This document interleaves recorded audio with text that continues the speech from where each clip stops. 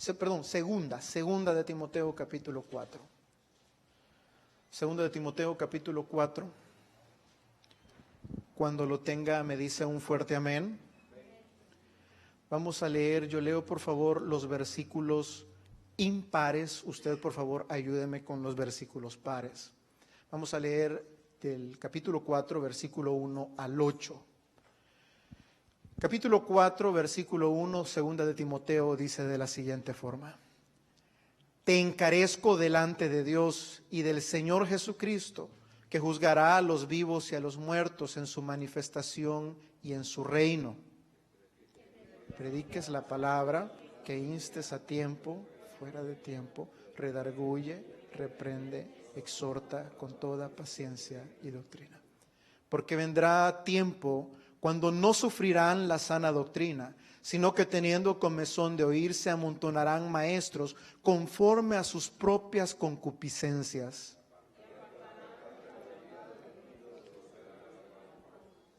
Pero tú, sé sobrio en todo, soporta las aflicciones, haz obra de evangelista, cumple tu ministerio.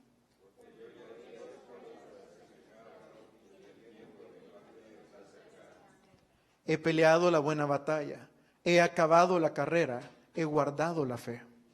Por lo demás, me está guardada la corona de justicia, la cual me dará el Señor, juez justo, en aquel día, y no solo a mí, sino también a todos los que aman su venida. Oremos.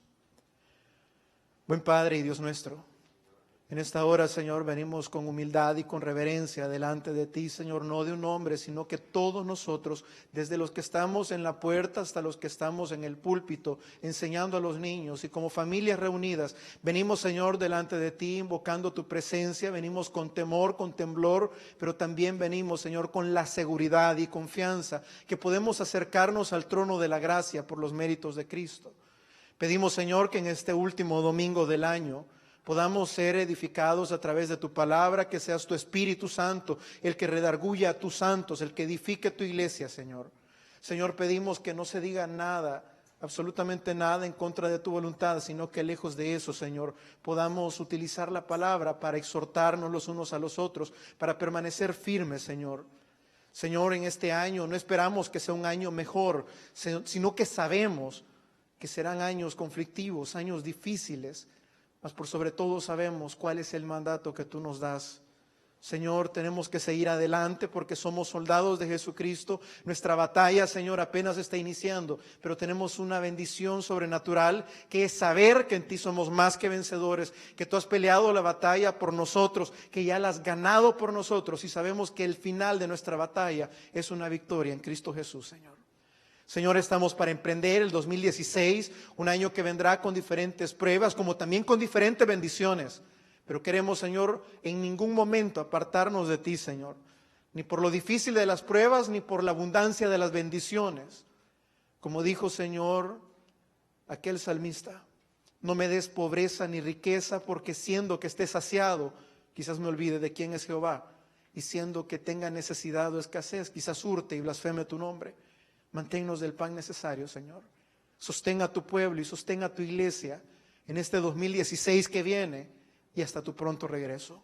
Descansamos en el poder de tu palabra, descansamos en tu fidelidad. Invocamos, Señor, en esta hora tu poder y tu gloria sobre este lugar y sobre cada familia, sobre cada hermano, para que seas tú, Señor, edificándonos a pesar de nuestras debilidades, fortaleciéndonos en medio de nuestras debilidades. Lo pedimos en el nombre de Jesús. Amén y amén. Puede tomar asiento, mi hermano. No hay cosa más difícil para un ministro que domingo a domingo o semana a semana tener que poner un menú delante del pueblo de Dios. Muchos venimos y hemos convertido las iglesias en restaurantes de comida rápida, en los cuales venimos y recalentamos comida ya hecha, es decir, sermones que hemos bajado de internet, que hemos buscado por allá, que hemos visto de otros pastores, o venimos reciclando y reciclando sermones y en algún momento decir, bueno, no tengo nada, voy a darles esto. Difícil buscar el sermón apropiado para el fin del año. Muchas iglesias hoy en día, este día específicamente lo van a ocupar para que usted o la congregación que esté escuchándolos, los pastores vamos a utilizar este último día del año para decirle: hermano, en este año usted puede, hermano, en este año usted va a salir adelante, hermano, en este año viene su bendición, hermano, en este año viene la cosecha, está lista, hermano, en este año declare, en este año proclame, en este año decrete, en este año es su año, este año es el año de su bendición y cantidad de cosas.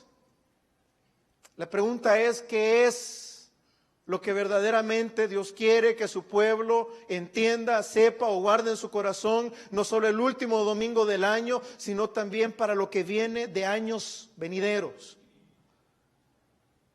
Hace años yo fui confrontado con una realidad. Alguien me dijo: yo escuché lo que acabas de predicar. ¿Te gustaría a ti que si este fuera el último mensaje en tu vida, te gustaría haber predicado eso? Y haciendo conciencia, le soy sincero, no. Hay cosas que nosotros damos por sentado, creemos que la congregación ya lo sabe, creemos que la iglesia lo tiene bien cimentado. Pero si usted se fija, el evangelio es una continua repetición y repetición de las mismas verdades.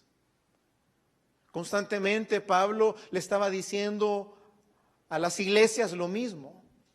El evangelio, la locura de la cruz, la predicación del evangelio, el perdón de pecados, el arrepentirse. ¿No te parece curioso que los primeros dos mensajes con los que se abre el Nuevo Testamento completo, el mensaje de Juan el Bautista, el primer mensaje después de 400 años de silencio, que Dios había guardado completamente silencio para con su pueblo, el primer mensaje fue: arrepiéntanse porque el reino de los cielos se ha acercado? Y el primer mensaje de Jesús fue una repetición de lo mismo que había dicho Juan. ¿Por qué? Si ya lo había dicho Juan. Porque Jesús no trajo pan fresco, porque no trajo una revelación nueva, porque no trajo una palabra de aliento. ¿A qué les dijo arrepiéntanse? Pero ¿por qué Jesús no le vino a decir: señores, este año aquí viene el Mesías, este año es de bendición, este año yo vengo a sanar a todos? ¿Por qué Jesús comenzó en una repetición del mismo mensaje? ¿Por qué es necesario constantemente que el pueblo de Dios sea expuesto a las mismas verdades? Porque somos fáciles de olvidar. Yo lo puedo ver en el Antiguo Testamento. Veo como Dios una vez sacó al pueblo de Israel de Egipto, una vez les abrió el Mar Rojo, una vez ahogó a Faraón, pero se lo pasó recordando por toda la historia de Israel. Acuérdate, oh Israel, que te saqué de la tierra de Egipto. Acuérdate, oh Israel, que yo te abrí el Mar Rojo. Acuérdate, oh Israel, que con mano extendida yo te libré. Acuérdate, oh Israel, pero se lo recordó toda la vida. ¿Por qué? Porque el pueblo de Israel era un pueblo que fácilmente olvidaba, igual que nosotros. Y en esta hora, si yo pudiera escoger cuál sería mi último mensaje, volvería a predicar lo que ya les he predicado. Muchos de nosotros hemos olvidado que estar en una iglesia, uno, no nos hace cristianos. Dos, estar en una iglesia no es garantía de conocer a Dios.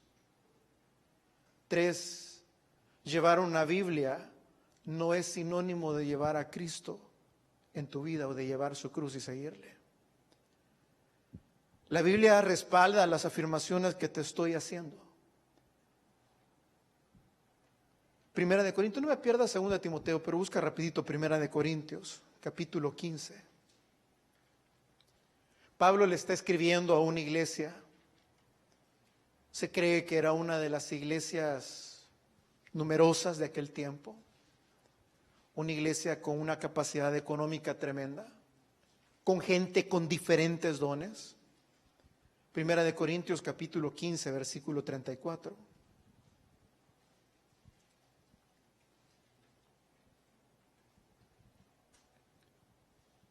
Fíjate cómo Pablo habla a la iglesia. Y le dice: velad debidamente y no pequéis, porque algunos no conocen a Dios. Para vergüenza vuestra lo digo. ¿Te has fijado que se lo está diciendo a una iglesia? Una iglesia que tenía dones, Una iglesia que celebraba la Santa Cena. Cuando nosotros tomamos la Cena del Señor, nos vamos aquí, al Corintios capítulo 13. Una iglesia que hablaba lenguas, una iglesia que Pablo la tiene que exhortar con respecto del amor, donde está aquel pasaje precioso, 1 Corintios capítulo 12, el amor es sufrido, el amor es esto. Pero te estás fijando que Pablo le está diciendo, algunos de ustedes no conocen a Dios, para vergüenza vuestra lo digo. Se lo está diciendo a la iglesia. Se lo está diciendo a gente que con los domingos vienen y venimos a la iglesia y levantamos las manos y cantamos alabanzas, podemos versículos de memoria, tenemos nuestra fe o tenemos nuestro apoyo en alguna oración que hicimos tiempo atrás, donde no me quebranteo, donde una experiencia que tuvimos, donde alguien se desmayó y cayó en el reposo, si lo quiere decir, o que haya sido tocado, que haya saltado, que haya llorado, y tenemos nuestra esperanza en eso. Mas sin embargo, los de Corintios, muchos de ellos habían experimentado cosas sobrenaturales como los dones. Habían permanecido por algún tiempo adentro de la congregación. Pero Pablo le dice, señores, velen, no pequen, porque digo esto, en algunos de ustedes no conocen a Dios. Escogí el texto de 2 de Timoteo capítulo 4 porque se cree que es la última carta de Pablo en su ministerio. Pablo le dice a Timoteo, antes ya estaba arrestado, era la segunda vez que estaba arrestado en Roma y estaban a punto de darle la sentencia de muerte, la sentencia capital. Pablo ya tenía un día de ejecución. Pablo en sus últimos días, en los últimos momentos de vida, viene y aconseja al joven pastor Timoteo. Y le dice, Timoteo, quiero que sepas algo. En los últimos tiempos vendrán tiempos peligrosos, el amor de muchos se enfriará, tienes que saber que el carácter de los hombres en los últimos tiempos serán hombres irresponsables, serán pecaminosos, amadores de sí mismos, pero quiero darte un consejo ministerial con las últimas letras que van a salir de mi pluma. Te encarezco, Timoteo, delante de Dios y del Señor Jesucristo, que juzgará a los vivos y a los muertos en su manifestación y en su reino, que prediques la palabra. Si hay algo que tenemos como iglesia que guardar es el amor a la palabra. Pablo en sus últimos consejos, en sus últimos alientos de vida, con las últimas palabras con las que podía exhortar a un pastor joven, diciéndole, sabes, van a venir tiempos difíciles, va a venir tiempo de apostasía, van a venir tiempos en los cuales, si lo dice más adelante, la gente no va a querer oír la sana doctrina. Pero van a venir esos tiempos, pero yo, Pablo, tu mentor, tu padre espiritual, Timoteo, te encarezco delante de Dios, el Rey de Reyes, el juez de toda la tierra, al único a quien has de rendirle cuentas, que prediques siempre la palabra de Dios. La palabra de Dios ha sido reemplazada en las iglesias cristianas evangélicas por un montón de psicología, por un montón de triunfalismo, por un montón de metafísica, donde se viene y se te dice, mira, es que tu palabra tiene poder, tu palabra no tiene poder, la palabra que tiene poder es su palabra, no la tuya. Pastor, pero es que la palabra dice que el poder de la vida y de la muerte está en la lengua. Momento, eso está en Proverbios, y Proverbios son consejos antitéticos, son consejos prácticos. Está diciendo que la lengua tiene la capacidad o de prolongar la vida, o por muchos han muerto por causa de la lengua. No está hablando de declaraciones positivas de fe. No está hablando de eso. La palabra de Dios ha sido removida de los púlpitos de las iglesias y ahora reina muchas veces el autoestima, subirle el ego, descubrir el campeón que hay en ti, descubrir todo tu potencial. Escuchaba en la radio, en la 1010, un pastor hace un par de meses atrás que decía, ven a nuestra conferencia, nosotros vamos a sacar y vamos a exponer todo el poder que hay en ti. Eso no se trata del evangelio. El evangelio no se trata de descubrir lo bueno que hay en ti. El evangelio, el primer lugar al que te va a llevar es a la ley. Y la ley te mostrará cuán sucio, cuán podridos, cuán depravados, cuán pecadores somos, para que entonces al descubrir lo que somos podamos recurrir al Salvador. Nadie necesita un Salvador si cree que está lo suficientemente bien. Nadie necesita bañarse si no entiende que está sucio primero. Nadie necesita a Jesucristo si no entiende que la carga y el peso de nuestros pecados era demasiado grande para nosotros. Porque ahora entonces, cuando lo reconocemos, necesitamos a un Cristo. Necesitamos un Salvador. Necesitamos su gracia. Pero ahora Pablo nos exhorta a nosotros que vienen tiempos en los cuales la gente no sufrirá la sana doctrina. Pablo le dice, necesito que prediques la palabra a Timoteo, que instes a tiempo y fuera de tiempo. Mira, no importa si es un cumpleaños, no importa si es un velorio, no importa si es el último día del año, no importa lo que sea, predica la palabra, lleva el mensaje. Y te digo, el evangelio comenzó con esa palabra, arrepiéntanse porque el reino de los cielos se ha acercado. El evangelio comienza con el arrepentimiento.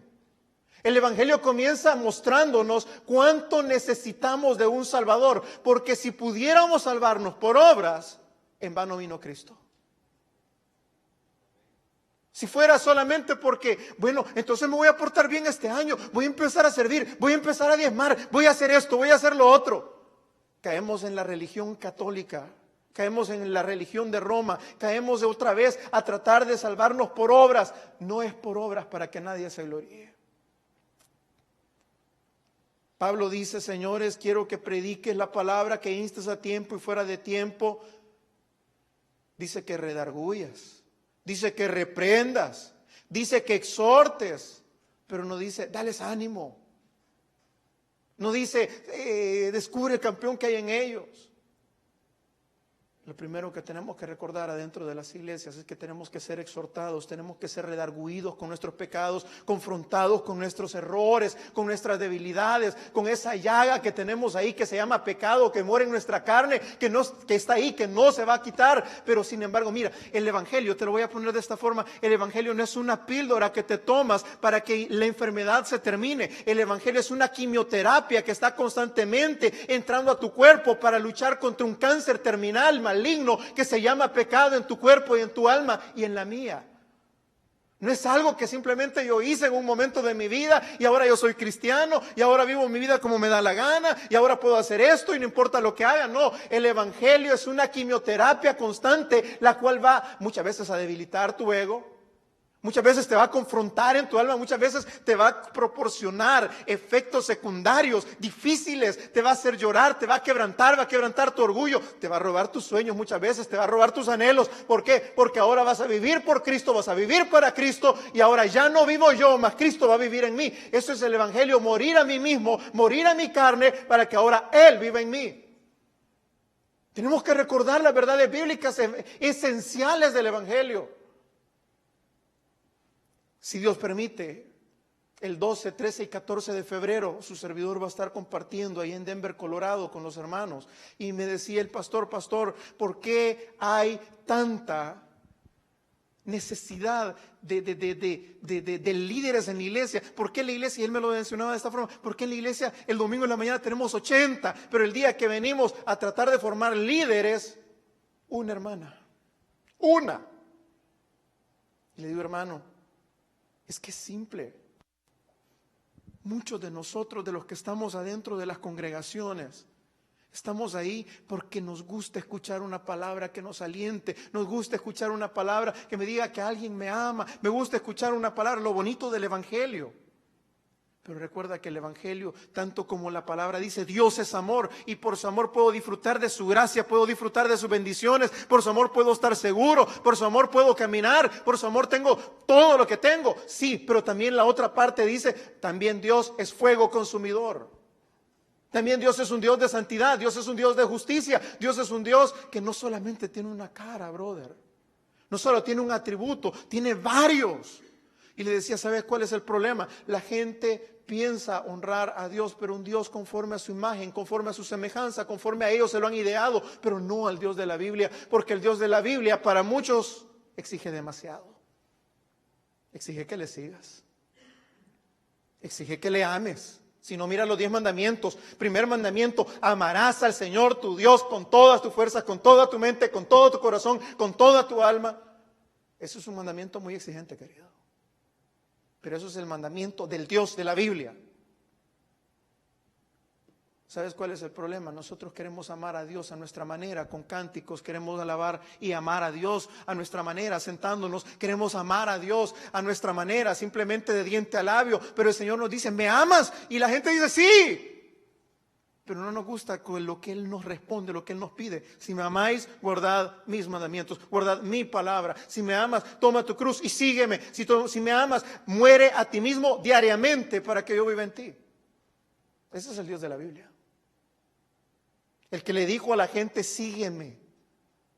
Y el que cuando los querían seguir, algunos le dijo, ¿sabes qué? Yo no tengo dónde recostar la cabeza.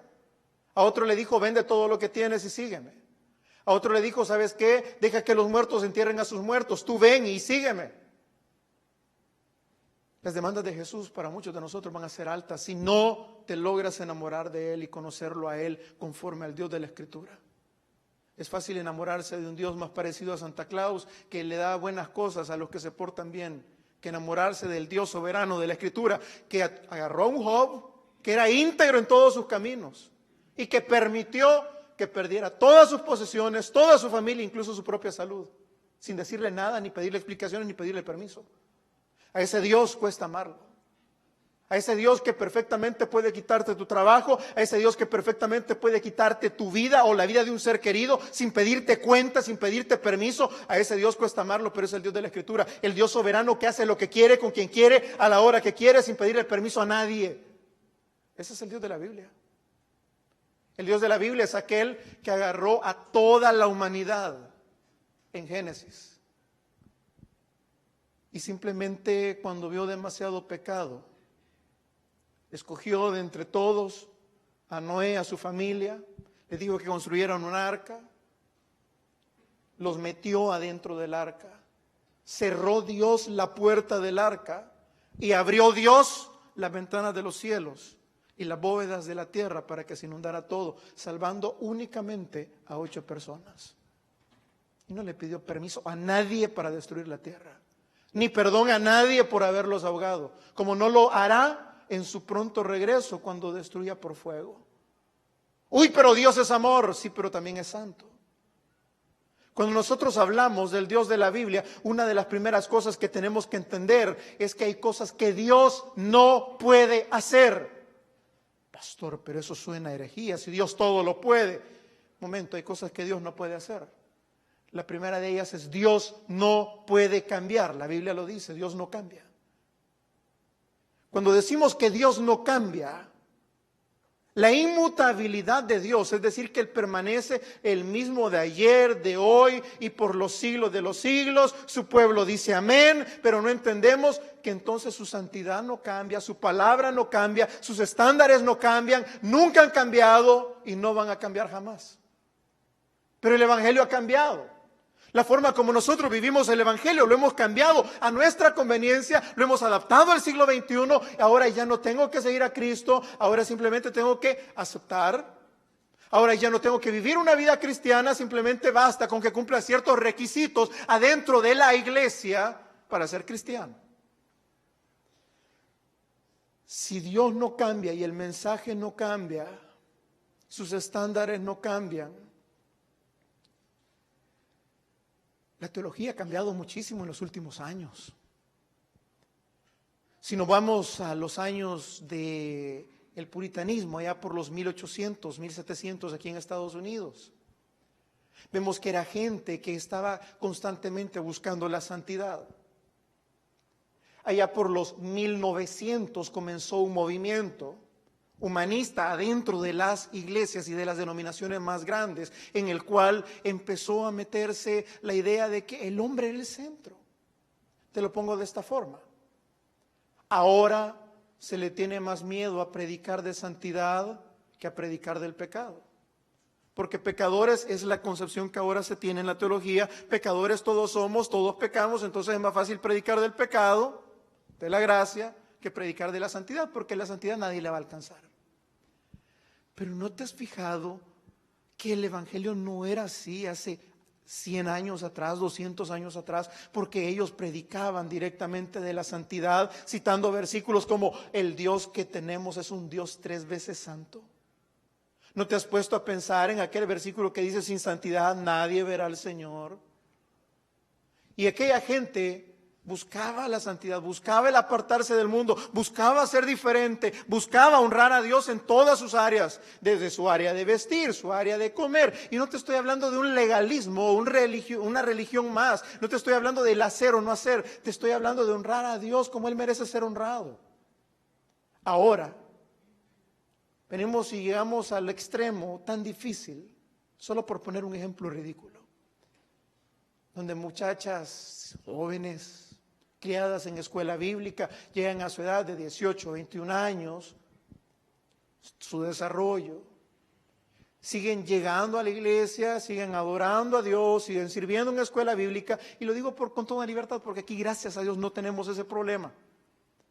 Vienen y cantan en los coros, pero con sus minifaldas, con las mismas modas del mundo, las mismas amistades del mundo.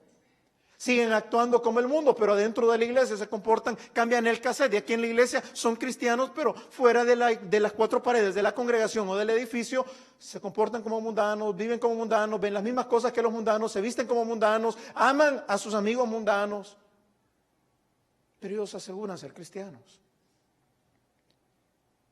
Se les ve, no por sus obras, llamémosle frutos, que muchos en su caminar por las iglesias no han experimentado un cambio genuino o una presencia o una relación real con Cristo. Te lo pongo de esta forma, ya lo hemos expresado en otras ocasiones. Juan el Bautista dijo que cuando Jesús viniera, cuando viniera el Mesías, viene detrás de mí uno al cual no soy digno de desatar la correa de sus sandalias. Él los bautizará en Espíritu Santo y fuego. Amén. ¿Por qué el Señor hace la comparación entre el Espíritu Santo y el fuego? Él lo bautizará en Espíritu Santo, bautizará en fuego. Será para que nosotros entendiéramos. Si el Señor nos hubiera dicho simplemente Él lo bautizará en el Espíritu Santo, pero ellos no conocían lo que era el bautismo en el Espíritu Santo. Ellos no entendían lo que las implicaciones que eso iba a tener. Entonces tiene que conformarlo, tiene que compararlo a algo que en la mente del hombre sí sea perceptible, sí sea conocible.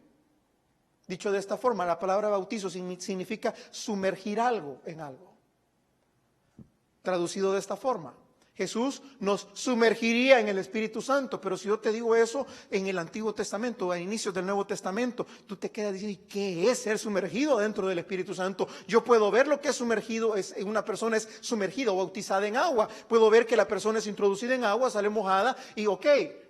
Pero ¿qué es ser sumergido en el Espíritu Santo? Jesús mismo lo refleja cuando dice en Espíritu Santo y fuego. ¿Por qué? Porque cuando habla del bautismo en fuego, está hablando que algo va a ser sumergido en fuego. Ahora te hago la pregunta. Si yo tomo este púlpito y lo sumerjo en fuego, ¿este púlpito va a mantener su forma, sí o no? No. Si yo tomo este libro y lo sumerjo en fuego, ¿va a mantener su forma, sí o no? Entonces la gente entendió que el bautismo en el Espíritu Santo o el ser sumergido en el Espíritu Santo iba a tener la misma intención de sumergir algo en fuego. Si nosotros metemos cualquier cosa en medio del fuego, el fuego transformará, cambiará, depurará, limpiará lo que ha sido sumergido en él. Traigámoslo ahora para este lado. ¿Qué es ser sumergido? ¿Qué es ser bautizado en el Espíritu Santo? Si el fuego tiene la capacidad de transformar la forma visible de cualquier elemento sobre la faz de la tierra, ¿cómo el Espíritu Santo no tendrá la capacidad de transformar cualquier espíritu, cualquier corazón de cualquier individuo sobre la faz de la tierra? ¿Sabes qué es ser bautizado por el Espíritu Santo? ¿Qué es tener el Espíritu Santo dentro de nosotros? ¡Cambio! Transformación, regeneración. Esa es la obra del Espíritu Santo en aquellos que han sido sumergidos en él. Porque ahora tenemos iglesias más carnales que espirituales, simplemente por una razón.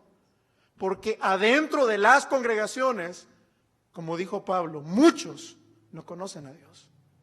No hemos sido bautizados en el Espíritu Santo. Pastor, yo sí fui bautizado en el Espíritu Santo y yo salté y yo dancé y me caí y me regocijé y pegué una doble voltereta en el aire y caí parado.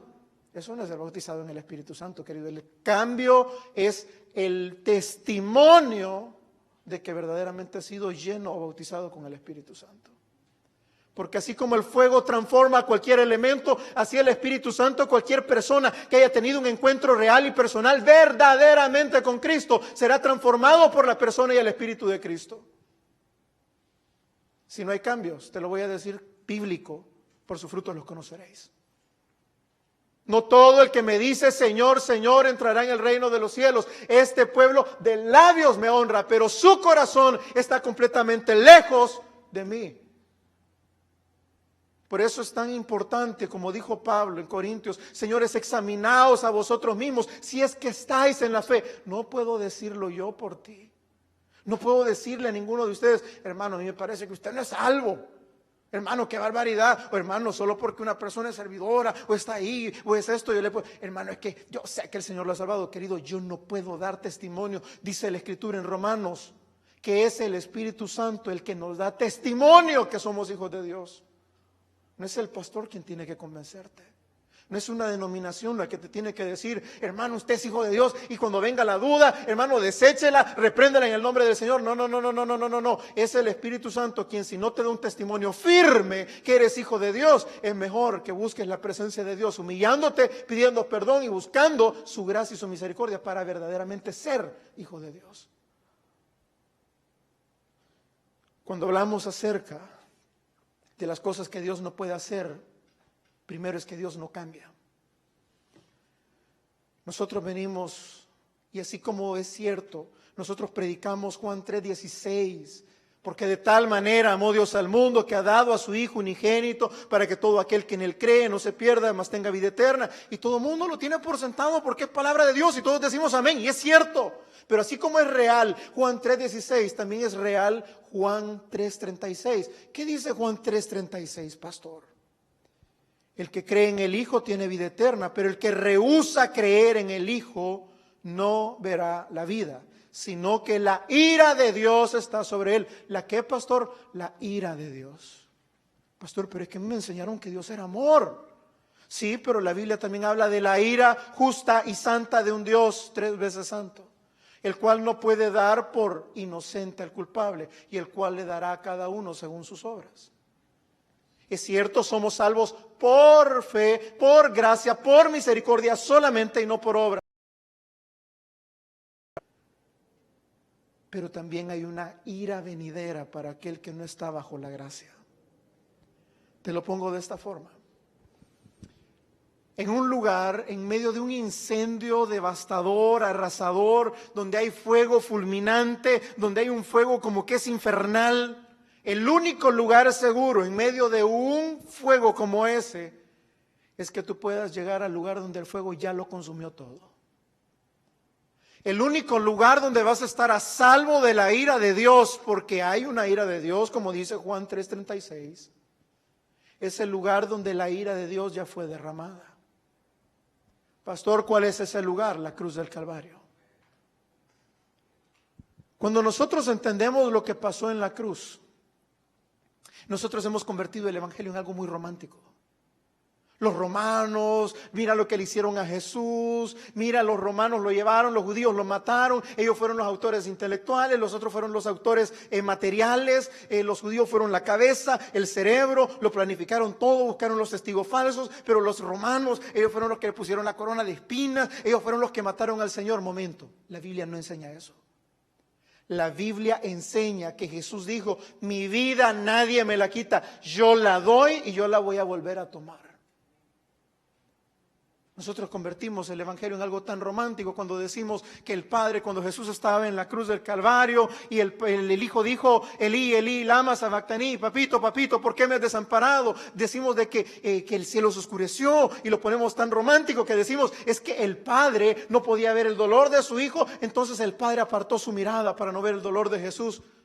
La Biblia no enseña eso. La Biblia nos habla que el Padre apartó la vista de su Hijo, el Padre se apartó del Hijo, el Padre abandonó al Hijo, porque en ese preciso momento de la cruz del Calvario, el Hijo de Dios, aquel en quien Él tenía complacencia, el amado, el unigénito, el primogénito, ¿sabes qué hizo? Cargó con el pecado de todos nosotros, según Isaías.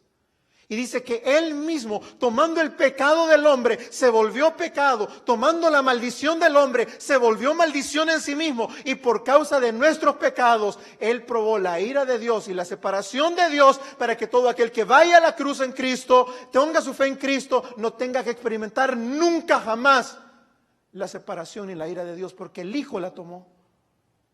Si no, puedes preguntarte cuando Jesús estaba allá en el huerto de Getsemaní. Y cuando estaba orando con aquella intensidad, le dice: Padre, si es posible, pasa de mí esta copa. Volvemos al evangelio romántico romano que hemos inventado. ¿Qué había en la copa? Ay, muchos dicen: oh, es que Jesús sabía lo que venía, Jesús sabía de la cruz, sabía de la corona, de los latigazos. No es eso lo que había en la copa. ¿Sabías que había en la copa? La ira de Dios.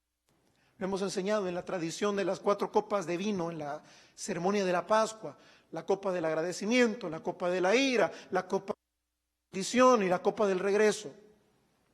La que Jesús toma, que no se la reparte a ninguno de sus discípulos, es la copa de la ira. Tomando sobre sí mismo la ira de Dios, que era por nuestros pecados, tomándola para sí mismo, siendo abandonado por el Padre en la cruz del Calvario, para que nosotros fuéramos reconciliados con el Padre. Si Dios no cambia, si sus estándares no cambian y si la palabra no cambia, tenemos que recordar que hay un justo juez y soberano de toda la tierra, el cual también dará su castigo al hombre impío. Colosenses capítulo 3, versículo 5 dice: haced morir pues lo terrenal en vosotros: fornicación, impureza, pasiones desordenadas, malos deseos, avaricia, que es idolatría. Cosas por las cuales la ira de Dios viene sobre los hijos de desobediencia, en las cuales vosotros también anduvisteis en otro tiempo, cuando vivíais en ellas. Pero ahora, dejad también vosotros todas estas cosas. Le está hablando a la iglesia. Dejen ira, dejen enojo, dejen malicias, dejen blasfemias, dejen palabras deshonestas que no salgan de vuestra boca, porque ustedes son hijos de Dios, son hijos de luz. Ninguna comunión tiene la luz con las tinieblas. Hemos sido llamados de muerte a vida para vivir en vida. Hemos salido de las tinieblas para vivir en luz, no para seguir viviendo en tinieblas. Cuando hablamos que Dios no cambia, su palabra no cambia, el evangelio no cambia, sus estándares no cambian, sus atributos no cambian, y así como es un Dios de amor, también sigue siendo un Dios que tiene una ira santa. Hay algo más que Dios no puede hacer: Dios no puede pecar. ¿Por qué? Porque Él es santo. Sí, es cierto, dijimos: sin santidad nadie verá al Señor, nadie inmundo entrará en el reino de los cielos, dice la Escritura. Acuérdese que Dios no cambia, entonces estos versículos siguen teniendo vigencia. Acuérdese que Dios no miente, entonces toda su palabra es verdad. Y si Dios es santo, agárrese, porque ahí está el problema para nosotros. Hablemos un poco de la justicia de Dios.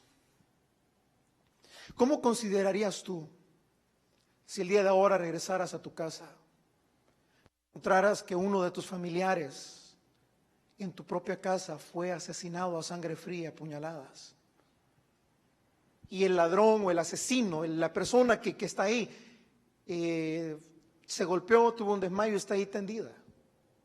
Tú vienes y con aquella ira de querer tomar la justicia en tus manos, te contienes y simplemente lo amarras, lo sostienes bien, llamas a la policía lo lleva a la cárcel, pero después lo pasa al juez.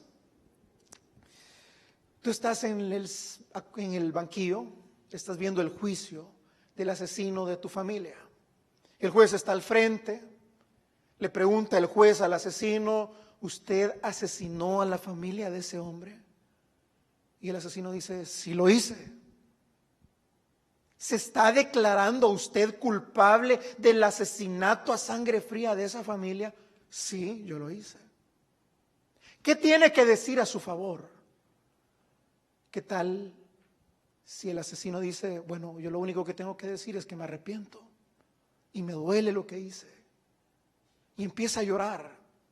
Y el juez, conmovido porque esa persona se ha arrepentido, está llorando, está pidiendo misericordia, el juez conmovido dice, ¿sabes qué? Yo soy un juez muy bueno. ¿Sabes qué? Te voy a perdonar. No hay problema. ¿Te arrepientes? Sí, me arrepiento, señor juez. No lo vuelvo a hacer. ¿Qué pensaría usted de la justicia de ese juez? Injusto, corrupto. Eso es lo que pensaríamos y eso es lo que es. Una persona que no cumplió con la ley que se había comprometido a respetar. Volvamos al punto. Dios es el justo juez de toda la tierra. Hemos pecado en contra de su santidad. Hemos violado sus mandamientos. Hemos a cada momento le hemos dicho, ¿sabes qué? Tú dijiste esto, pero yo voy a hacer algo distinto. Desde el principio, desde Génesis. Dios le dijo, no comerás del árbol del bien y del mal. Mas el hombre dijo, sí comeremos y seremos como dioses. Si tú lo ves desde este punto de vista y examinas Génesis, muchos de nosotros podemos decir, Dios es severo. La pregunta es, ¿por qué Dios es severo? Primero, si nosotros nos ponemos en el plano de Dios, el cual no merecemos y nunca vamos a ostentar, nosotros dijéramos, bueno, si yo le digo a mi hijo, no te vayas a comer ese pastel de chocolate, pero viene mi hijo y se lo come, yo no lo voy a matar, yo no lo voy a echar de la casa, yo lo perdono, sí que es un pastelito de chocolate. Pongámoslo con Dios. Dios les dio todos los árboles en el huerto. Solo le dijo, no vas a comer de uno solo. Viene el hombre y la mujer y le pegan una mordida al árbol, a la manzana. Viene Dios y ¿qué hace Dios? Le dice, hoy comiste de la manzana, le pegaste una mordida, qué bárbaro, bueno, te voy a perdonar, pero no lo volvás a hacer, no lo volvás a hacer.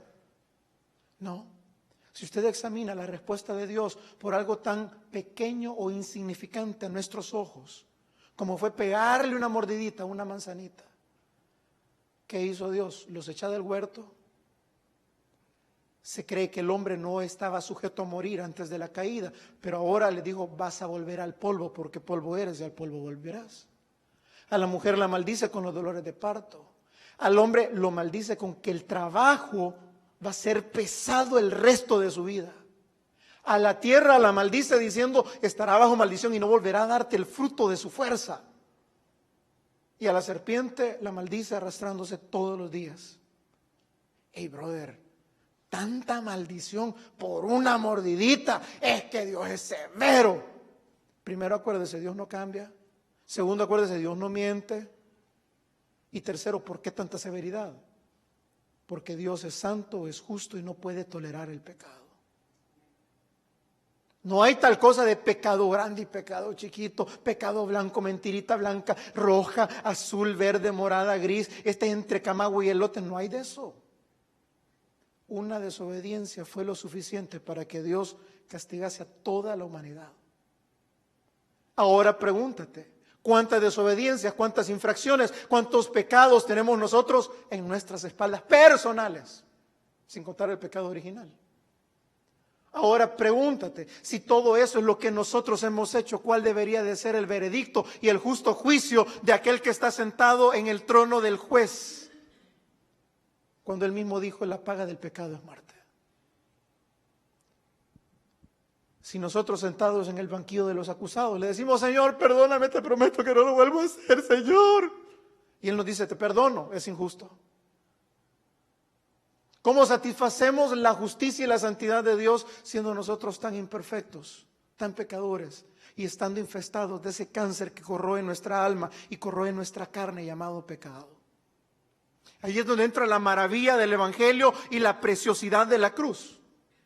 Donde vemos que Jesús, el Hijo amado, el Cordero de Dios, el que no tenía mancha, el que vivió una vida perfecta delante del Padre, el que desde el inicio hasta el fin de sus días no cometió pecado, cuando está en la cruz clavado y se pone sobre sí mismo todos nuestros pecados. Fíjate cómo es.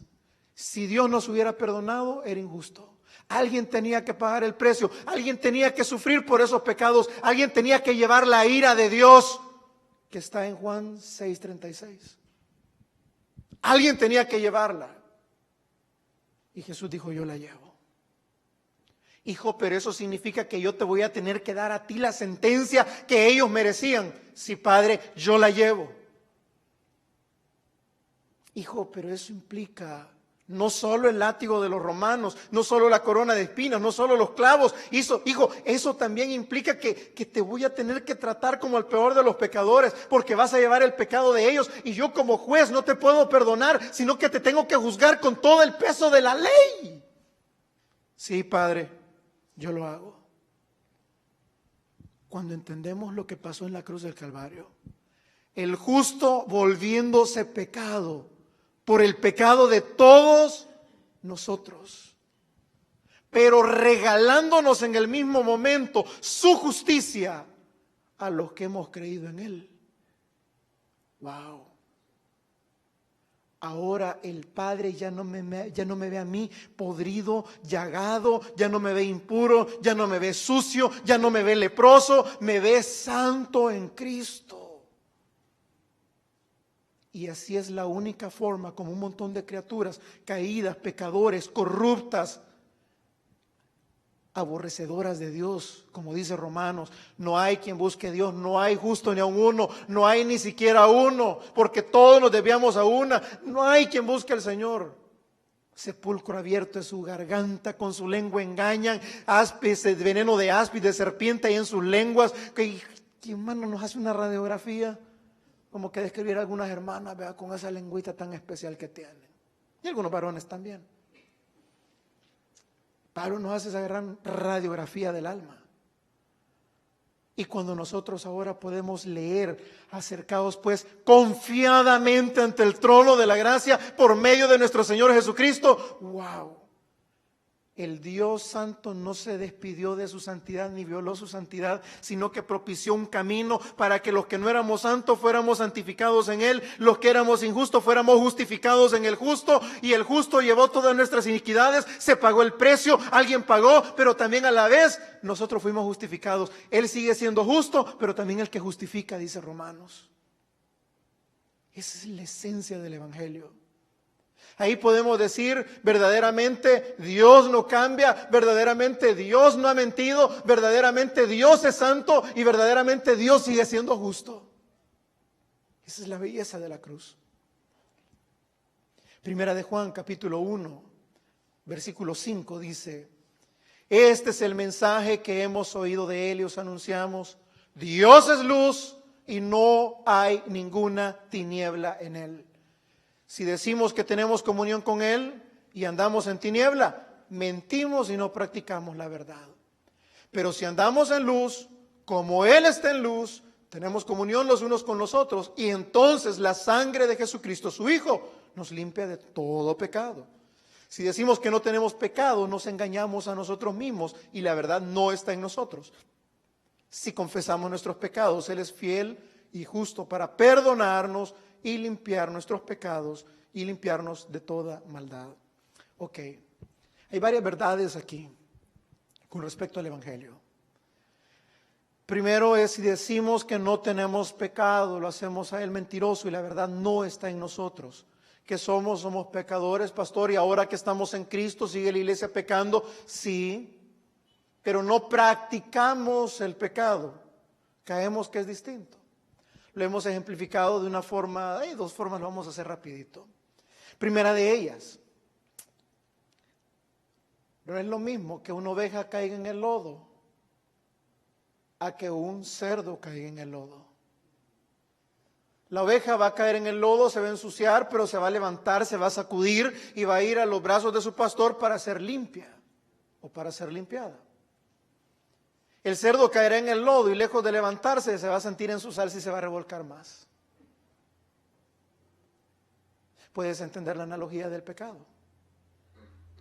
Un hijo de tinieblas va a caer en el pecado y se va a sentir a gusto con el pecado. Va a estar en el mundo y se va a sentir a gusto en el mundo. Va a estar compartiendo con sus amigos mundanos y ese es su mundo, esa es su área. ¿Por qué? Pastor, le está diciendo cerdo. Yo no, la Escritura dice como el perro que vuelve a su vómito y como el cerdo lavado que vuelve al cieno. No lo digo yo, lo dijo Jesús. Cuando nosotros como hijos de Dios o personas que hemos experimentado el bautizo o la sumergión, ser sumergidos en el Espíritu Santo, cambiados, transformados con una nueva mente, un nuevo corazón, dice la Escritura en Jeremías, donde habla del nuevo pacto, Jeremías 35, 37, por ahí no recuerdo, dice, y pondré en vosotros un corazón nuevo. Y pondré mi ley en ellos, en sus corazones, para que aprendan a amarme y a temerme a mí, dice el Señor. No como el pacto que hice en el monte Sinaí en tablas de piedra, el cual fue demasiado pesado para sus padres. No, ahora lo pondré en su corazón. La Escritura habla, de modo que si alguno está en Cristo, nueva criatura es. Las cosas viejas pasaron y aquí todas son hechas nuevas. Pastor, pero si es que la lucha siempre está, momento, vuelvo a lo mismo. No es lo mismo caerse y levantarse que caerse y revolcarse. Te lo pongo en otro ejemplo. Charles Spurgeon lo predicaba de esta forma. Cada ser va a responder a la naturaleza con la que fue creado, la naturaleza que tiene. Dicho de esta forma. Si yo tengo un cerdo amarrado y allá tengo un montón de paja, tengo un montón de zacate, heno, lo que usted quiera, hierba. Aquí en medio tengo un gran banquete con pollo, con pavo, con los mejores manjares de la mesa del rey. Y por allá tengo un montón de basura. Si yo tengo al cerdo amarrado, yo puedo hacer que el cerdo vaya a donde yo quiero. Puedo hacerlo que vaya donde está la hierba. Puedo hacerlo que vaya a la mesa donde están los manjares. O puedo llevarlo al lodo, al cieno. Cuando yo tengo al cerdo amarrado, tengo su naturaleza sometida. Charles Spurgeon decía que la religión se ha convertido muchas veces en esa cuerda o en esa cadena que tiene sometida la naturaleza de los cerdos adentro de las congregaciones. Porque a la gente le decimos, aún sin haber experimentado el nuevo nacimiento, le llamamos hermanos cuando no lo son. Pastor, pero no somos quienes para decir si es hermano o hermano. Está bien, está bien. Pero él decía a muchos que no son cristianos, no han sido regenerados, los tenemos sometidos con la religión de Dios te va a castigar, ya vas a ver lo que te va a pasar si te vas. Entonces tenemos al cerdito amarrado por miedo, a no irse al fango, a revolcarse, porque Dios está con un gran garrote ahí arriba, esperando que se acerque al lodo para pegarle un solo varillazo. Decía Charles Spurgeon, si soltamos al cerdo, ¿a cuál de los tres ambientes irá corriendo? ¿A la hierba? ¿A la comida? ¿O al cieno? Él decía, cuando sueltas a un cerdo, su naturaleza lo llamará a lo que su naturaleza lo llama, a la basura. Si tienes una oveja amarrada, puedes llevarla a cualquiera de los tres lugares. Pero cuando sueltas a la oveja no se acercará a la basura, no se acercará a los manjares del rey.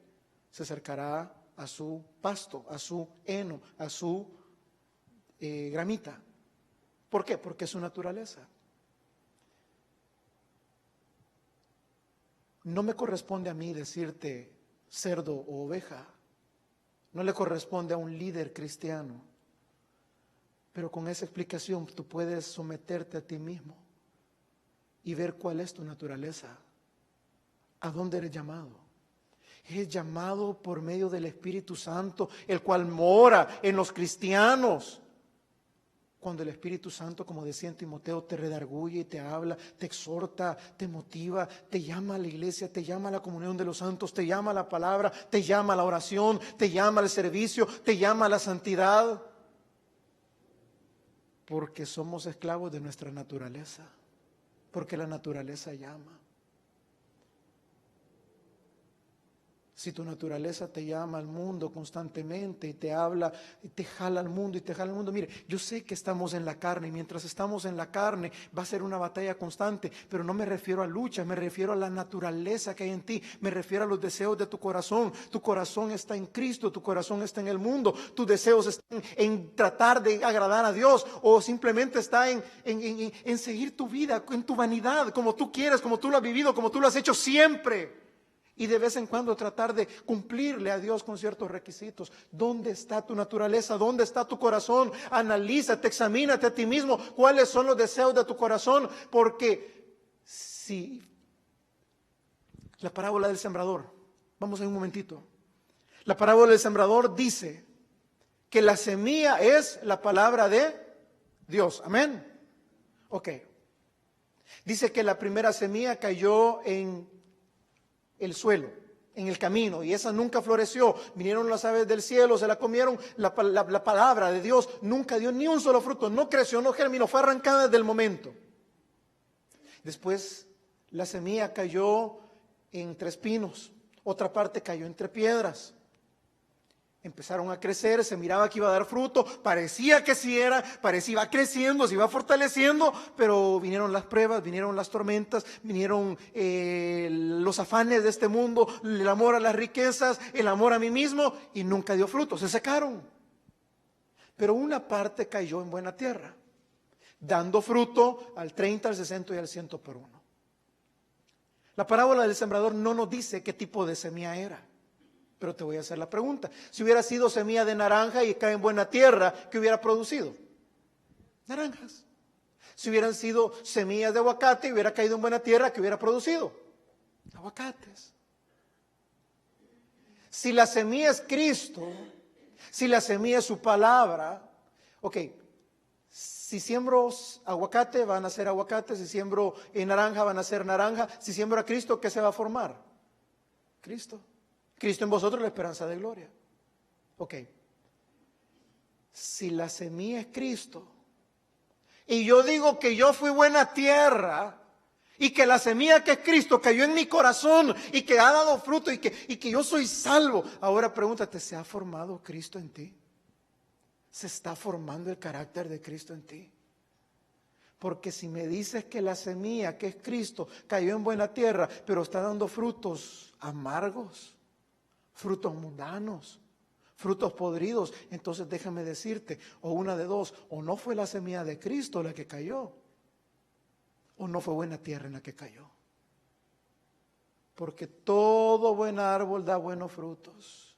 Y si la semilla es buena, porque es buena, ¿en qué está el detalle? En la tierra donde ha caído.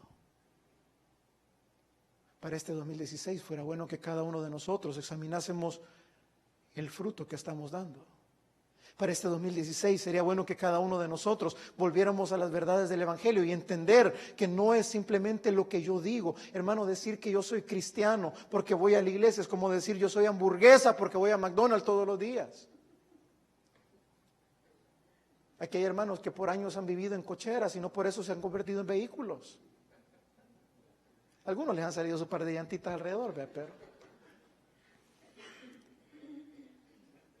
ser cristiano es más que una religión, más que una iglesia, más que un compromiso de domingo. Ser cristiano es tener un encuentro real, vivo, personal con Dios. Es tener una relación con Él, no una religión más. Es simplemente ese cambio de naturaleza en la cual ahora la naturaleza me va a llamar, ese nuevo corazón me va a llamar a amar a Dios, a seguir a Dios, a amar a Cristo, a querer agradar a Cristo. Ese Dios que antes yo decía, bueno, Dios me hizo así, a mí, Dios me hizo que me gustaran las mujeres. Él entiende. Una no es ninguna. Y cantidad de cosas que nosotros inventamos y decimos para tratar de en algún momento, tratar de tener a ese Dios que nosotros hemos hecho, que tiene que acomodarse a mí. Pero cuando yo entiendo y amo al Dios de la Biblia y quiero seguir al Dios de la Biblia y entiendo lo que es cristianismo, entiendo que mis deseos ahora se contraponen a lo que mi carne quiere. Pablo dice que hay una pelea, hay una lucha. No dice, miserable de mí, ¿quién me podrá librar de este cuerpo de muerte? Porque lo que yo quiero hacer, que es agradar a Dios, que es servirle, mi carne no lo quiere hacer. Mas sin embargo, dice Pablo, he encontrado que también Cristo es mi fortaleza. He encontrado que cuando yo peco, Él me levanta. Pero también he encontrado que mi deleite, mi amor, mi vida, no me cuesta ponerla a su servicio, no me cuesta amarle, no me cuesta seguirle. Que son esos frutos de un verdadero nuevo nacimiento. Nosotros podemos fingir, podemos aparentar, pero en esta hora no se trata de decirte, hermano, es que usted tiene que hacer todo esto para parecer ser cristiano. Se trata de que el nuevo nacimiento es algo más de lo que yo quiero para mi vida, es un regalo de Dios. Lo que puedes hacer es primero ser confrontado con tu pecado y llegar completamente con pobreza de corazón a reconocer que necesitas verdaderamente de Cristo, de su justicia. A reconocer, como muchos de los fariseos, y ese es el problema más grande dentro de las iglesias, y perdone que utilice esta palabra, pero un espíritu de fariseísmo. La misma situación que reinaba en los tiempos de Jesús, en los cuales muchos se creían buenos o suficientemente buenos para no necesitar tanto de Dios. Es la misma circunstancia que ahora nos está carcomiendo adentro de las congregaciones. Nos creemos tan buenos que aquel es el que necesita de Dios. Aquel es el que necesita arrepentirse. El borracho, la prostituta, el drogadicto, el homosexual, ellos necesitan. Yo le cumplo al Señor. Somos buenos para ver tan grande el pecado de otros afuera, cuando nosotros muchas veces somos culpables de los mismos o peores pecados, pero como somos nosotros, somos tan indolentes que lo hacemos tan chiquito. En otro lo vemos tan grande y en nosotros lo vemos tan pequeño. Eso se llama fariseísmo. Si nosotros fuéramos igual de buenos para juzgar el pecado ajeno como para juzgar el nuestro, caeríamos de rodillas delante de Cristo pidiendo perdón, clemencia y misericordia, diciéndole: perdóname, no soy digno de levantar ni siquiera mi mirada hacia los cielos, pero te quiero pedir perdón. ¿Sabes que el parábola lo clarifica, pero increíble? El publicano y el religioso, el fariseo. El fariseo se para de lejos diciendo: gracias, Señor, porque mira, yo no soy tan pecador como aquel. Yo no digo todas las barbaridades que dice aquel. Yo no soy ladrón, yo no soy esto, yo no soy lo otro. Y sin embargo, el que reconoce su pecado se humilla y no queriendo ni siquiera levantar los ojos hacia el cielo, dice simplemente: sé propicio para mi pecador. ¿En cuál de los dos puestos te vas a ubicar en lo que resta de este año, en el 2016? En el que crees ser tan bueno como para no llorar de rodillas pidiendo perdón por mis pecados, Señor, pidiendo: Señor, tú sabes lo que he hecho, tú sabes que hay en mi corazón, no soy perfecto, pero he descubierto tu gracia, he encontrado tu misericordia, te pido, Señor, que tengas misericordia de mí. O vas a estar con aquellos que tuvieron enfrente a Jesús y no lo pudieron ver nunca por causa de la ceguera de la religión, creyendo y pasando un 2016 más engañado debajo de una religión y debajo de un montón de cosas de hacer y de no hacer, creyendo que estás en paz con Dios cuando simplemente estás acallando, estás tratando de silenciar tu alma, tu espíritu, tu conciencia que te dice: te es necesario nacer de nuevo. Aprovechemos el cambio de año. Regresemos al Evangelio. Regresemos a la cruz. Pidamos misericordia, porque ahí hay misericordia en gracia, en abundancia, para que todo aquel que llega a la cruz la pueda encontrar en Cristo Jesús. Volvemos al Evangelio. Oremos. Bendito Señor y Padre nuestro, en esta hora, Señor, venimos delante de tu presencia, reconociendo cuán pecadores somos, Señor, cada uno de nosotros. Nosotros acusamos al adúltero porque adultera, pero nosotros hemos deseado a la mujer o al hombre de nuestro prójimo y somos igual de culpables. Condenamos fuertemente al asesino, al que ha asesinado niños, pero nosotros cuando odiamos a nuestros hermanos nos volvemos asesinos también.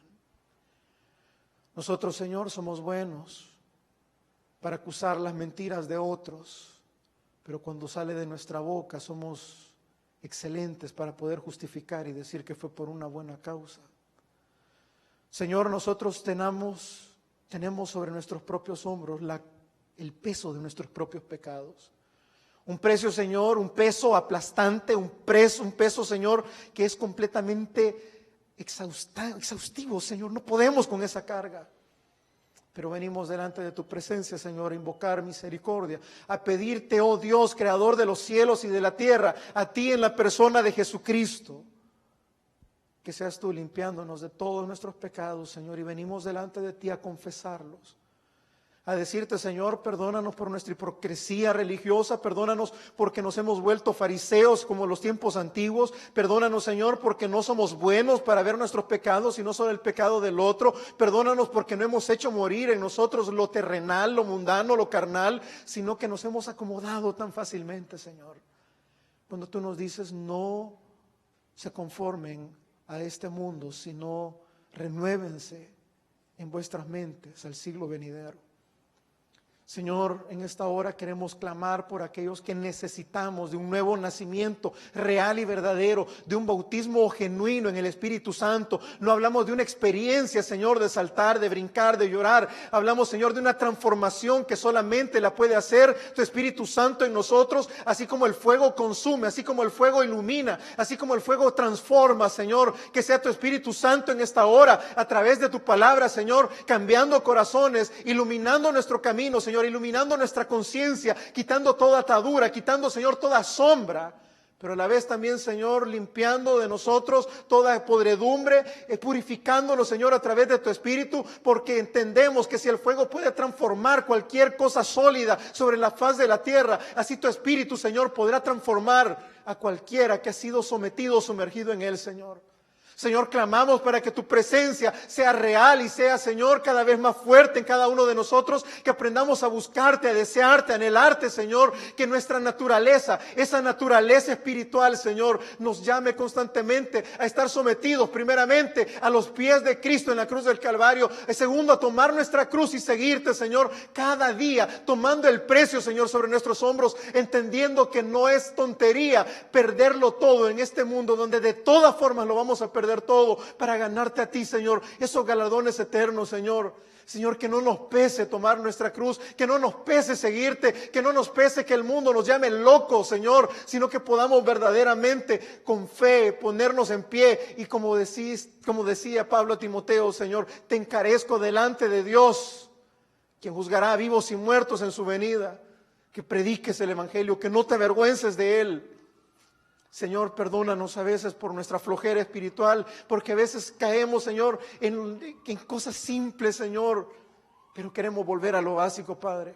No nos queremos quedar en lo superficial, queremos volver a nuestras raíces genuinas, queremos volver a estar cimentados sobre la roca, queremos que haya firmeza en nuestras vidas, Señor, queremos que hayan verdaderamente frutos dignos de arrepentimiento, queremos volver al arrepentimiento bíblico, Señor, queremos volver a una fe que no solo sea creer en ti, sino que en la misma fe que nos acerca a ti, nos aleje de nuestro pecado. Queremos, Señor, ser testimonio vivo para nuestros hermanos y para todo aquel a quien podamos darle testimonio que donde está el Espíritu de Dios, ahí hay libertad, Señor. Señor, queremos decir como Pablo al final de nuestros días, también poder decirlo, he peleado la buena batalla, me está reservada la corona de justicia, la cual el Señor le dará a todos los que anhelan su venida. Señor, que podamos esperarte como una novia ataviada. Sabemos que no es por obra, Señor, pero sí, Señor, sabemos que es la naturaleza de un corazón cambiado. Las obras, Señor, las cosas que hacemos por ti, para ti, nuestra oración, nuestra comunión, nuestro servicio, Señor, que sea una ofrenda genuina, agradable a ti, Padre. Que esas ofrendas que vamos a levantar, Señor, en nuestros corazones, pero primero tenemos que limpiar nuestro altar, Señor. Señor, ayúdanos en este 2016 a buscarte con toda nuestra alma, mente, corazón, a amarte, a respetarte, a buscarte. Que no pase un solo día, Señor, donde nos falte el pan en nuestra mesa, ese pan que descendió del cielo, ese pan el cual es Cristo, ese pan de vida eterna. Señor, crea en nosotros esa hambre espiritual, crea en nosotros esa pobreza espiritual, Señor, en la cual vamos a depender de ti todos los días, buscando de tu gracia y de tu favor, día a día, gracia sobre gracia, Señor. Señor, ten misericordia de tu pueblo, ten misericordia de tu iglesia, de tus familias, Señor, aquí reunidas. Señor, sabemos que tu palabra dice que en medio hay cabras y hay ovejas, trigo y cizaña, pero Señor, no queremos que este sea un mensaje que simplemente exponga la naturaleza equivocada de aquel que ha sido perdido, sino que también mostrarle el milagro maravilloso donde una cabra, donde un cerdo, por la misericordia y el amor de Dios, que era lo que todos nosotros éramos, puede convertirse en una oveja, en un hijo de Dios, en la niña de los ojos del Creador, en la novia preciosa del Cordero por la cual Él pagó. Señor, Ese es el milagro más grande y el regalo más precioso de todos. Entender y ver cómo haces ese milagro de la transformación, de la regeneración, del nuevo nacimiento, donde éramos corruptos, mas ahora somos santos en Cristo. Éramos injustos, mas hemos sido justificados. Éramos perdidos, mas fuimos hallados. Estábamos desviados, mas tú nos llamaste. Señor, pon en nosotros el entendimiento. Aclara en nosotros cualquier duda. Pon en nosotros convicciones genuinas de hombres y mujeres que te quieren amar y respetar, Señor. Que no caigamos dentro de esos que de labios te honraban, pero su corazón estaba lejos. Que no seamos de aquel grupo grande que va a estar en aquel día, donde dicen muchos me dirán, Señor, Señor. La palabra era curios. En tu nombre echamos fuera demonios, en tu nombre hablamos lenguas, en tu nombre hicimos milagros, en tu nombre hicimos prodigios. Y tú dirás, apartados de mí, hacedores de maldad, porque nunca los conocí. Señor, queremos conocerte. Queremos conocer al Dios de la Biblia. Queremos conocer a Jesucristo, su único Hijo. Vosotros estudiáis las Escrituras, porque en ellas os parece que tenéis vida eterna. Y esta es la vida eterna, en que te conozcan a ti, oh Padre, y a mí, a quien has enviado, a Jesucristo. Señor, permítanos conocerte. Que este año sea un año en el cual tu iglesia tenga hambre y sed de ti. Que no importe el precio que haya que pagar, Señor. Que te busquemos con un corazón sincero. Que levantes hombres y mujeres que te quieran adorar y buscar y servir, Señor, como en los tiempos primitivos. Como en los tiempos, Señor, cuando la iglesia era perseguida. Cuando la gente no se avergonzaba del Evangelio. Que no convirtamos el Evangelio en una vergüenza, Señor. Señor, queremos orar de una forma muy especial por cada familia aquí representada, Padre. Por cada jefe de hogar, por cada mujer que le ha tocado, Señor, salir adelante como padre y madre, por cada pareja, Señor, que está iniciando relaciones, por cada familia que está, Señor, derrumbándose. Señor, oramos para que tu gracia sea suficiente. Oramos, Señor, para que tu mano pueda sostener a tu iglesia, a tus hijos, Señor, porque tu palabra dice que las puertas del Hades no prevalecerán contra tu iglesia. Señor, edifica tu iglesia a través de tu palabra, edifica y fortalece a tu iglesia a través de tu Espíritu Santo. Señor, glorifícate en medio de nosotros. Señor, escucha la oración de tus hijos y de tu pueblo, que hoy elevamos, Señor, no solo en este lugar, sino en nuestros corazones, sinceramente, Señor. Ten misericordia de aquellos que clamamos por nuestros hijos. Ten misericordia de aquellos que clamamos, Señor, por nuestras parejas. Ten misericordia, Señor, de aquellos que clamamos por los que están todavía atados en vicios, Señor. Ten misericordia, escucha las oraciones de tu iglesia, porque en esta hora nos levantamos en oración, en clamor, en intercesión, Señor, hacia los cielos. En este último día del año, Señor, oramos por nuestra familia. Oramos, Señor, por nuestros cónyuges. Oramos, Señor, por nuestros parientes enfermos. Oramos, Señor, por el milagro de la regeneración en aquellos que nos están escuchando. Oramos, Señor, para que te glorifiques. Oramos, Señor, para que tu Espíritu Santo llame a todos aquellos al arrepentimiento, a los que han de ser salvos, Señor. Oramos para que el Espíritu Santo lleve convicción de pecado, de justicia, de juicio, Señor, sobre cada uno de los que estamos aquí. Oramos, Señor, para que el Espíritu Santo ponga en nosotros convicciones reales, firmes, para predicar en tiempo y fuera de tiempo. Oramos, Señor, para que tu Espíritu Santo no nos dé solo emocionalismo de un momento, sino nos dé convicciones, raíces, Señor, para estar cimentados sobre la roca. Señor, oramos para que tú puedas levantar a una iglesia sana, una iglesia que te ame, una iglesia que anhele tu presencia, hombres y mujeres, Señor, que van a doblar rodillas por esa persona por quien aman, Señor, por esa persona que no ha sido alcanzada. Oramos, Señor, para que hijos se puedan postrar por sus padres, para que clamen, Señor, las iglesias por esta ciudad tan difícil, para que oren, Señor, las iglesias universalmente por tu pronto regreso, por los descarriados, por los perdidos. Señor, oramos para que tú tengas control, Padre, no solo en lo que resta de este año, no solo en el 2016, sino por lo que está por venir, Señor. Tú tienes control, dominio total, absoluto, Señor, sobre los cielos y sobre la tierra. Y aunque los tiempos vienen difíciles, pero tú estarás con nosotros. Y sabemos, Señor, que tú eres fiel, tú has prometido y tú cumplirás. Poderoso eres, Señor, para sostener a tu iglesia. Señor, tú dijiste en Lucas capítulo 21 que cuando viéramos que tantas cosas comenzaban a suceder, nos paremos firmes, levantemos nuestros rostros hacia los cielos y sepamos que nuestra redención está en las puertas. Señor, en esta hora con convicción, con amor y con oración sincera, te decimos, Padre, te decimos, Jesús, y te decimos, Espíritu Santo, hemos tomado la decisión de seguirte. Que no sea una decisión emocional, sino una convicción genuina, nacida, Señor, de tu Espíritu, porque tú eres quien da el querer como el hacer en nosotros, Señor. Que la palabra no haya sido en vano en nosotros, porque sabemos que nunca regresará vacía. Iglesia, te invito a que puedas cantar conmigo. He decidido seguir a Cristo. Dile al Señor en esta hora: he decidido seguir a Cristo. He decidido seguir a Cristo.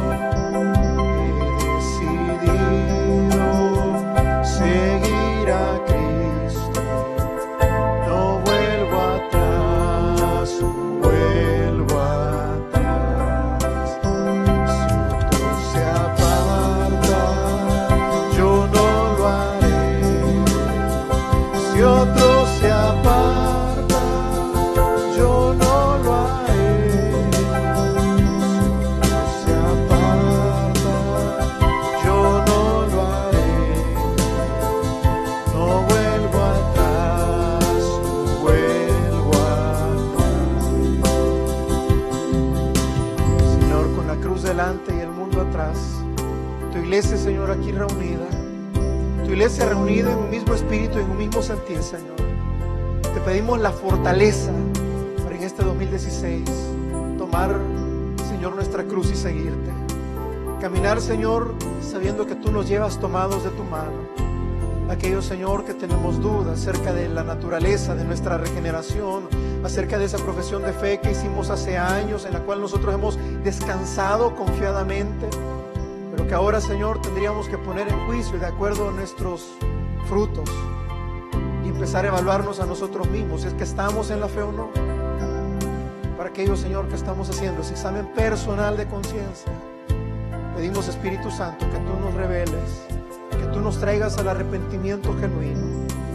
Señor, sabemos que si estamos aquí no es por gusto, no es en vano, sino que tú tienes un llamado para nosotros, que tu Espíritu Santo, llamando al pecador al arrepentimiento, Él nos convencerá de la necesidad que tenemos del nuevo nacimiento, y también Él hará el milagro del nuevo nacimiento en nosotros.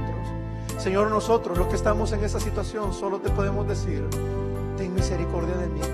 Crea en mí, oh Dios, un corazón nuevo, conforme a tu justicia y conforme a tu misericordia.